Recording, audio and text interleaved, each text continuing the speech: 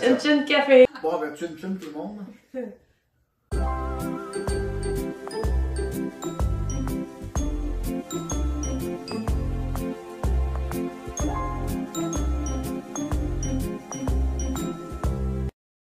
Bonjour Guy!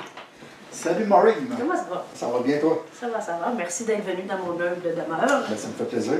Merci de nous recevoir, de me recevoir. Ben oui, avec ta conjointe Ben aussi, même si on la voit pas.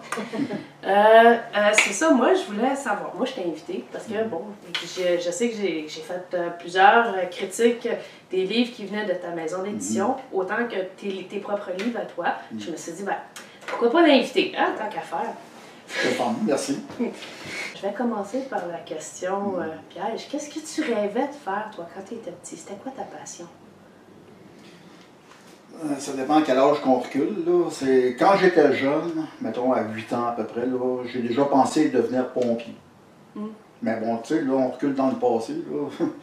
Pompier, mais après ça, j'ai voulu être vétérinaire. Tu sais, quand on est jeune, on a toutes sortes de rêves de ce qu'on pourrait faire quand on est plus grand. Mais en fin de compte, ça ne s'est pas passé comme ça. Je suis un artiste. Dans le fond, je suis un artiste né. Depuis ma tendre jeunesse. Là, quand j'étais jeune, déjà, je me prenais au sérieux. Là, quand je dessinais, là, je m'amusais à copier des albums de Lucky Luke, Astérix, mais à main levée. Puis, même mon père m'encourageait là-dedans parce qu'il me disait de toujours signer mes dessins et de les conserver. Là. Fait que dans le fond, mon père, il m'a encouragé, peut-être sans le savoir, à devenir un artiste. Je sais, même si dans le fond... En visitant un peu ton site internet, que je mettrai l'adresse dans le bas de vidéo, j'ai vu que tu es auteur, éditeur et chercheur de vérité. Comment ça a commencé, auteur? Qu'est-ce qui t'a amené à être auteur? Encore là, on peut reculer loin avec moi. Là. Quand mon père avait une machine à écrire, une boîteur, une petite machine, puis déjà à 10 ans, je m'amusais. J'allais chercher, je demandais à mon père de me prêter sa machine à écrire. Je m'installais à mon pupitre, là, puis là, je m'amusais à taper. Ça a commencé très vite, là, dans le fond. Moi aussi, j'ai fait ça avec la J'ai appris par moi-même aussi. Hein. Ça, c'est important de le dire, c'est que j'ai pas pris un cours en littérature. Ou même à l'école, j'étais ce qu'on appelle un cancre à l'école. Fait que je suis un autodidacte à 100%. J'ai appris, j'ai fait de la peinture, j'ai appris par moi-même. L'écriture, c'est en me relisant, en lisant beaucoup de livres aussi, que j'ai appris à diminuer les fautes au maximum, là, puis à structurer mes phrases. Mais je suis un autodidacte. Qu'est-ce qui t'a amené à être éditeur? C'est le même cheminement. Hein. Moi, j'ai commencé, j'ai écrit mes premières poésies à peu près à 18 ans, là, mais de façon très sérieuse. J'étais un poète. C'était pas un passe-temps, c'était vraiment ancré en moi. Puis dans le but de publier. Moi, déjà à 18 ans, c'était ça, mon idée était faite. Dans l'impression que je me suis auto-édité mon premier recueil de poésie, avant Propos d'un prince fou. Là, on recule en 83. Fait que là, j'ai fait mes économies pour. À l'époque, c'était pas de l'impression à la demande, c'était vraiment de l'impression normale. Fait que c'était un minimum de 500 copies là, que j'avais faites. Okay. J'avais fait la couverture moi-même. Déjà, j'étais comme ça. Là, conception de la couverture, j'ai payé pour la typographie du texte, payé pour l'imprimerie. J'ai eu ma propre galerie, là, imagine. Tout ça pour dire que quand j'ai publié mon premier recueil de poésie à 500 copies, ce premier recueil-là a connu déjà un succès. On va dire mes 500 copies se sont vendues assez facilement. Puis déjà, les médias ils ont parlé de moi à l'époque. Comme Grimaldi était sur moi, puis des choses dans la même. C'est ça? Fil en aiguille, j'imagine que c'est ça qui t'a amené à être chercheur de vérité. Encore là, hein, chercheur de vérité, c'est un terme. Ouais. J'ai décidé récemment de prendre ce terme-là, mais dans le fond, j'ai toujours été accroché à la vérité. Là. Moi, pour moi, la vie, c'est une question de... J'ai toujours été chercheur, dans le fond. Là, on peut reculer loin. Hein. Chercher à comprendre un paquet d'affaires. Regarde, je me suis intéressé à plein de choses là, dans ma vie. L'histoire, la généalogie. J'ai toujours été comme ça, là, dans le fond. Fait que qu'on appelle ça chercheur de vérité ou autrement, là, ça fait, encore une fois, ça fait partie de moi. Là, ben, au niveau des livres, c'est comme je te disais, j'ai publié mon premier recueil de poésie en 83. 4 ans après, je publiais mon deuxième recueil, La bataille des saints. OK. J'ai fait d'autres petites publications là, après. Là. Plus récemment, ben, j'ai publié, ben ça c'est un compte rendu, si on veut, c'est Le Prince Fou. Là. Parce que ça, Le Prince Fou, c'est à peu près le même titre que mon premier recueil de poésie, OK. Avant-propos d'un Prince Fou. Puis encore là, à 20 ans, j'étais conscient de ce que je faisais en écrivant Avant-propos d'un Prince Fou. Ça voulait dire qu'il y a une suite là, qui viendra. Fait que je ne sais pas si on le voit à la caméra. Ça, c'est 2 volumes du livre Le Prince Fou, volume 1 et volume 2. Ça, c'est surtout un compte rendu de mes recherches, là, justement, généalogiques, historiques. Beaucoup sur ma famille, mais aussi en général. Là, sur... Fait que j'ai publié ça. Puis plus récemment, j'ai travaillé fort pendant plus d'1 an à la rédaction, comme tu sais, de mon livre La Société Fabian. Ça, c'est mon ouvrage que je considère le plus important à l'heure actuelle. Il y a beaucoup d'ouvrages, il y a beaucoup de recherches là-dedans, ça paraît. Oui. Pas pour me vanter, là, mais dans un livre de 484 pages, ben, il y a plus de 500 notes et références dedans. Puis ça, c'est quand même assez rare qu'on trouve un livre. Je ne dis pas que c'est unique, mais c'est quand même assez rare qu'on trouve dans un livre de 500 pages plus de 500 notes et références. C'est des notes et références avec des liens qui conduisent. Dans le PDF, les liens sont cliquables. Mais malgré ça, même dans le livre papier, si on tape à l'ordinateur les liens que je fournis, bien, ils vont conduire les gens vers des documents, vers des compléments d'informations par rapport à mon livre là, que j'ai écrit. Fait que oui, c'est du stock, là, puis il y a beaucoup d'informations, puis de le diffuser aussi, parce que moi, je garde pas pour moi. Hein. Comme tu le sais, j'ai un site internet, je suis tout le temps connecté sur Facebook. Je partage beaucoup d'informations aux gens. Fait que je suis pas quelqu'un qui va faire de la recherche, puis là, je me garde ça pour moi, là. J'aime partager. Je sais pas comment que les gens le reçoivent. Des fois, je trouve qu'il n'y a pas assez de gens, quand on regarde les likes ou les lectures, je pense que je suis quelqu'un quand même qui essaye de partager des informations pertinentes. Là, on fait élire quelqu'un, comme on va prendre l'exemple de Justin Trudeau. On vote pour quelqu'un, moi je vote pas pour lui, là, que ce soit clair. De toute façon, les politiciens pour moi se ressemblent à peu près tous. Je ferai pas on parlera pas trop de politique, là, peut-être. Là. Mais peu importe comment, qui s'appelle, que ce soit Trudeau ou quelqu'un d'autre, ils se font élire par la population. C'est nos employés. C'est nous autres qui payent leur salaire. C'est nos impôts, c'est nos taxes. Puis ces personnes-là qui se font élire, ça c'est vraiment dans la psychologie là, globale de l'humain. C'est incroyable. Quand on y pense comme il faut, c'est incroyable. C'est nos employés. On est censé être dans une démocratie. On est censé les mettre au pouvoir. Puis même le mot pouvoir devrait être banni. On ne devrait pas dire qu'on les met au pouvoir. C'est des hauts fonctionnaires. Eux autres, ils sont là. On dit, bon, ben, c'est comme une gestion d'entreprise. Là, on vote pour un président. Le président, il est mieux de faire sa job comme il faut. Parce que sinon, on le met à la porte. La politique, ça devrait être considéré de la même façon. Le pays devrait être... Je ne dis pas qu'un pays est une business, mais ça devrait être géré comme tel. On nomme un président, nous autres, on est des actionnaires. Chaque citoyen est l'actionnaire de l'entreprise, qui s'appelle pour l'instant le Canada. Hein? Peut-être éventuellement, on parlera au niveau du Québec, je ne sais pas, ça dépend des gens. Mais ça devrait être géré comme une entreprise. Si on parle de Trudeau, ben, ça devrait être considéré comme le président de l'entreprise. Puis nous, on est les actionnaires. Puis si lui, il ne fait pas une belle job, mais c'est pas ça qui se passe. On les élit, puis là, ils se prennent pour des petits dictateurs. Parce qu'il faut appeler un chat. Là.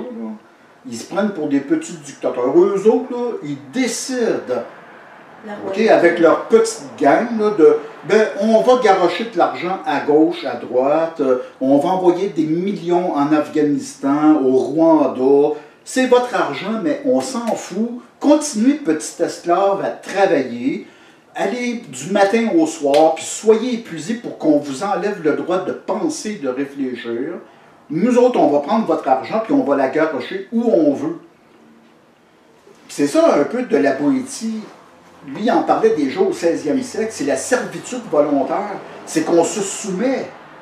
Puis ça, c'est pas normal. C'est très dur d'être libre pour le vrai. Là. Parce qu'on est tous poignés. On a des chaînes invisibles. Là. Je veux dire, il faut travailler pour payer tout ce qui nous entoure. Là. Puis après ça, on a des taxes à payer, puis des impôts, puis on est surtaxé. On est maintenu au bas. Fait que moi, je suis capable de comprendre que c'est dur pour les gens de... Hey, j'ai-tu le temps, moi, de m'occuper de ça, là? Franchement, ça prend des gens qui se sacrifient un peu. Pour penser pour eux autres, pour essayer de leur dire. Puis malgré tout ça, ben ça se réveille pas. Parce que les gens aiment mieux... le confort. Ben... Parce que le fait de se réveiller fait en sorte aussi qu'il faut comme se secouer de notre petit confort de routine et tout. Hein. Puis malgré ça, si on parle de la France, les Français, les Françaises, à l'heure actuelle, sont un bel exemple d'un peuple qui veut faire bouger les choses. Puis malgré ça, ils sont maintenus dans une tyrannie à la macronite. Ils se font bombarder, ils perdent leurs yeux, ils perdent des membres. On est sous l'emprise vraiment d'une dictature qui s'installe de plus en plus, même si les gens veulent le nier. Puis là, il y en a qui vont dire « Ah, la théorie du conspirationnisme. » Non, non, regardez. Là, je vous le dis là, devant la caméra. Là, la théorie du conspirationnisme, là, oubliez ça. Je ne dis pas ceux qui parlent de certains sujets qui ne sont pas démontrables. Là, en tout cas, je ne m'avancerai pas devant la caméra, mais il y a des gens qui partent sur des histoires, des fois, qui n'ont ni queue ni tête. Là. Ça, c'est vrai qu'on peut dire « OK ». Mais quand on parle de choses démontrables dans la société au niveau social, au niveau politique, au niveau des organisations pyramidales qui sont là, puis qu'on ne peut pas nier, parce que les preuves sont là, entre autres dans mon livre « La société fabienne », je veux dire, on ne parle pas de conspirationnisme, on parle réellement de conspiration, parce qu'il y a des gens qui conspirent contre les populations. Puis ça, on ne peut pas le nier. Là. Comment on peut pas le nier? Puis moi, je l'ai toujours dit. Moi, les pays, pour moi, ça fait longtemps que je le dis, c'est des laboratoires. OK, c'est des laboratoires. Je le dis depuis longtemps. La Chine, c'est un laboratoire. Eux autres, le laboratoire de la Chine, c'était ça. C'était le contrôle social à travers la reconnaissance faciale, puis aussi le système de pointage. Mais là, tu vois, quand les choses ont été testées, là, ça se répand. Je ne vois pas pourquoi ça se limiterait. Ça se répand. Là, la France commence à... Quand la France va embarquer, les autres pays vont suivre. Puis ça va venir au Canada, là. On n'est pas exclus. Tu sais, il faut arrêter de penser que nous autres, on est à part des autres. Souvent, les Québécois, là, ils pensent, nous autres, le Québec, tu sais, on est à part, c'est nous autres les meilleurs. Tu sais, les Québécois, nous autres, on est les meilleurs, on est à part. Voyons donc. Ça, c'est vraiment de vivre dans une bulle, là. On n'est pas à part des autres, on est sur la même planète, puis ça va arriver de la même manière. Puis même, je dirais qu'au Québec, on est un méchant laboratoire. En tout cas. Quand tu parlais de laboratoire, justement, c'est ça, la 5G. Mais ils disent qu'ils veulent commencer à Montréal, mais il me semble qu'on envoie déjà des antennes, non? Fait que là, on parle de la 5G. On parle. Ouais, c'est ça. Je m'amuserai au montage après. Non, c'est pas qu'ils commencent à Montréal. De toute façon, la 5G, le déploiement des réseaux 5G, ça veut dire la 5e génération est commencée sur la planète. Ça fait un bout. Ça fait un bon bout. Il y a des pays où c'est bien développé, comme en Corée du Nord. La 5G est partout. Ça, c'est déjà fait. En Suisse, malgré que là, il y a de plus en plus de villes qui essayent de bloquer, puis qui arrivent à bloquer le déploiement de la 5G, comme dans le Jura en Suisse, à Genève, ils l'ont bloqué. Puis aussi dans un village en Angleterre, là, ils sont arrivés à bloquer le déploiement de la 5G. Mais ce n'est pas une question que ça commence à Montréal. Ce qui arrive, c'est qu'à Montréal, si les gens lèvent le regard un peu, ils vont s'apercevoir qu'il y a beaucoup d'antennes géantes, parce que ce n'est pas des petites antennes, c'est vraiment c'est des armes de guerre, okay, qui sont déjà installées, puis il va en avoir beaucoup plus, parce que juste à Montréal, ils prévoient d'installer entre 50 000 et 60 000 antennes de ce genre. C'est malade. Okay. Là, ce qui arrive, c'est que ce qui a été annoncé à Montréal, c'est que dans le centre-ville de Montréal, à partir de l'année prochaine, ils vont faire ce qu'ils appellent, ça a été annoncé comme ça dans une conférence de presse, puis publié dans les médias, un laboratoire vivant. Où là, ils vont tester la 5G dans un quadrilatère du centre-ville de Montréal. C'est avoué, là. Je n'aimerais pas son nom, de toute façon je ne l'ai pas en tête. C'est un maire d'arrondissement qui a dit en noir sur blanc que c'était un laboratoire, puis qu'ils verraient comme ça, c'est vraiment comme un laboratoire, là, parce qu'ils vont regarder, ils vont voir si les effets néfastes de la 5G sont vrais ou pas. Parce que toutes ces études-là sont disponibles sur Internet, entre autres sur le site Internet là, que je suis en train de créer. Là. Beaucoup d'études vont être disponibles sur notre site Internet. Qu'est-ce que je voulais dire là-dedans? Ben, c'est ça, Montréal va faire un laboratoire vivant au centre-ville. Selon les dires de ce maire d'arrondissement-là, ça va être pour tester, voir si les effets néfastes sont vrais ou faux. Et s'ils sont vrais? Je suis désolé pour vous, monsieur le maire d'arrondissement, mais c'est illégal ce que vous faites. Okay? Parce qu'on n'a pas le droit d'expérimenter sans le consentement, de faire un laboratoire vivant, comme ça a été dit, comme ça a été publié dans les journaux. On n'a pas le droit de faire un laboratoire vivant, d'expérimenter des antennes 5G, dont il y a plusieurs études scientifiques qui ont démontré que ça stérilisait les gens, que ça nuisait aux fœtus, ça pouvait tuer le fœtus. D'autres personnes, que des petits dictateurs, des petits roitelets, décident de tester sur moi ces appareils-là qui vont probablement ou peut-être modifier mon code génétique, peut-être me donner la leucémie, peut-être me donner le cancer, peut-être me stériliser si ce n'est pas déjà fait. Cet acte-là est un acte criminel en partant. Puis moi, j'ai fait mes recherches. Puis si on repart à la base, bien, il faut ressortir le code de Nuremberg.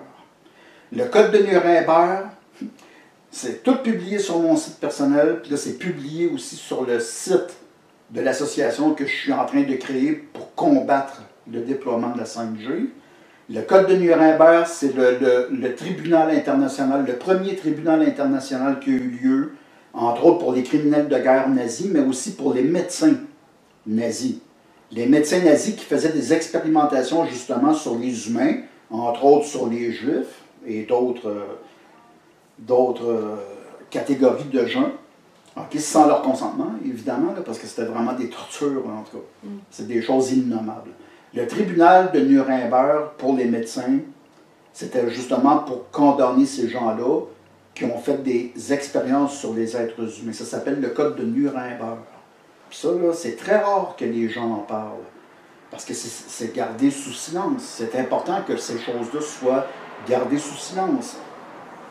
Ce qu'il faut savoir, c'est que le code de Nuremberg, moi j'ai donné accès sur mon site là, aux 15 volumes, je crois, du code de Nuremberg, les ouvrages officiels de l'époque, avec des liens vers le gouvernement américain. C'est vraiment des sources sûres.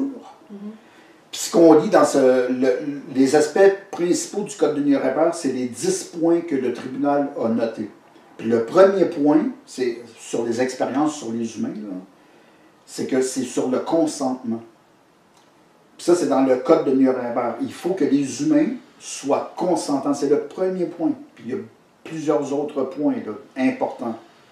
Ça prend le consentement pour expérimenter, pour faire un laboratoire vivant à Montréal. Ça prend le consentement. Puis s'ils demandaient le consentement aux gens en leur disant les vraies choses, là, en leur disant, ben là, les effets possibles, ben c'est ça, stérilisation, cancer, leucémie, l'ADN modifié, puis là, il y a plein d'effets. Je ne suis pas sûr que les gens consentiraient. Je pense que la plupart des gens refuseraient. Ça prend le consentement. Le code de Nuremberg, ce qu'il faut savoir, c'est que c'est la première loi internationale. Elle fait jurisprudence sur toutes les autres lois. Je dis ça, mais en même temps, il y a des lois existantes qui viennent après qui confirment le code de Nuremberg. Même au Canada, on a la loi contre les crimes de guerre et contre l'humanité. Ça existe ici. Là. Puis moi, ce que j'ai l'intention de faire à travers l'organisation que je suis en train de créer, qui s'appelle, dont le titre est très clair, c'est Action judiciaire contre la 5G. Fait qu'on ne se cachera pas, là. L'association que je suis en train de créer, là, qui est déjà bien démarrée, c'est Action judiciaire contre la 5G. Donc, on est loin d'être hypocrite. Quand les gens du gouvernement ou peu importe qui recevra nos documents, ben, ça va être affiché en clair, c'est une action judiciaire contre la 5G. Bon, point final. Fait qu'ils ne pourront pas passer à côté. Là, t'sais.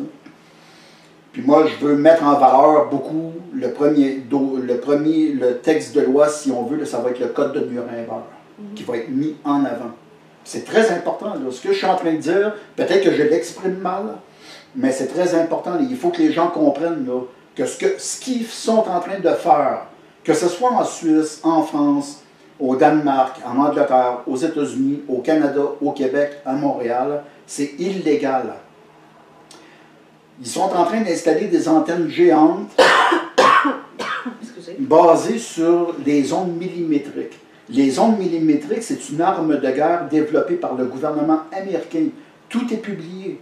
Je veux dire, il ne faut pas penser qu'ils dépensent autant de milliards de dollars pour que votre téléphone marche mieux. Mais non. Okay? Ils ne sont pas en train de faire ça pour votre bien. Non, parce qu'ils veulent que ton téléphone, là, que wow, ça rentre bien. Non, non, c'est pas ça. Là. C'est bien pire que ça. OK? Je pourrais en dire des choses, mais tu sais, il y a beaucoup de choses dans mon livre. Hein.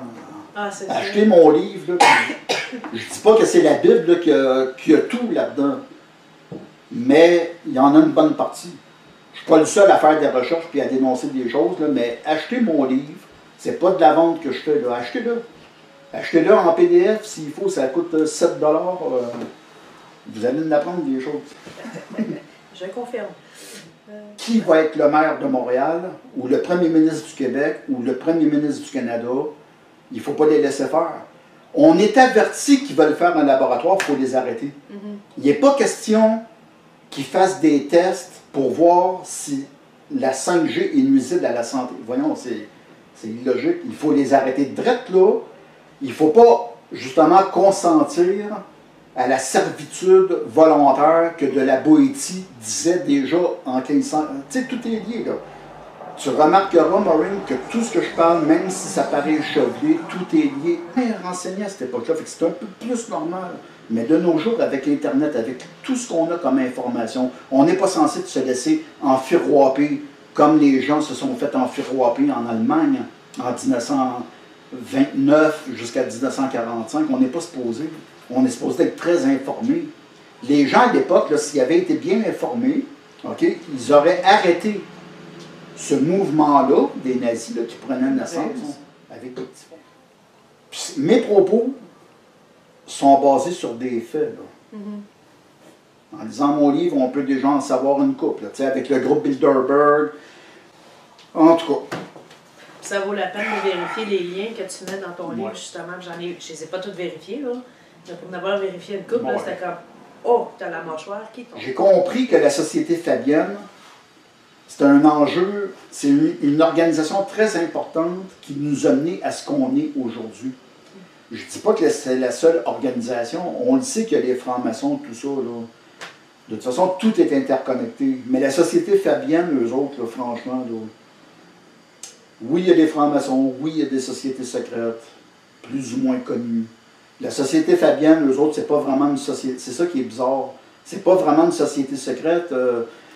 Ils sont très clairement affichés. Là, je veux dire, ils ont leur site Internet, c'est vraiment big. Là. La plupart des ministres travaillistes, ça veut dire socialistes, en Angleterre, étaient membres de la Société Fabienne.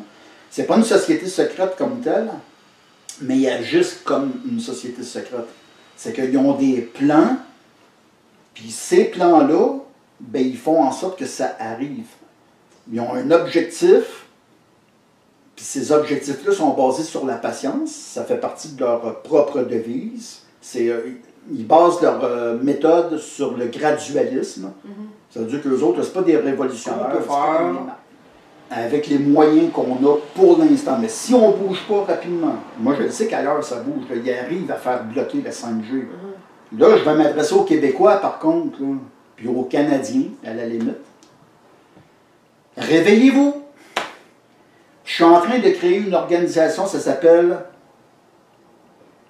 l'Action judiciaire contre la 5G. Le site internet est déjà actif, action5g.org. On débute, là. On est en train de former une équipe. J'ai déjà des relations internationales, ça ne s'arrêtera pas là.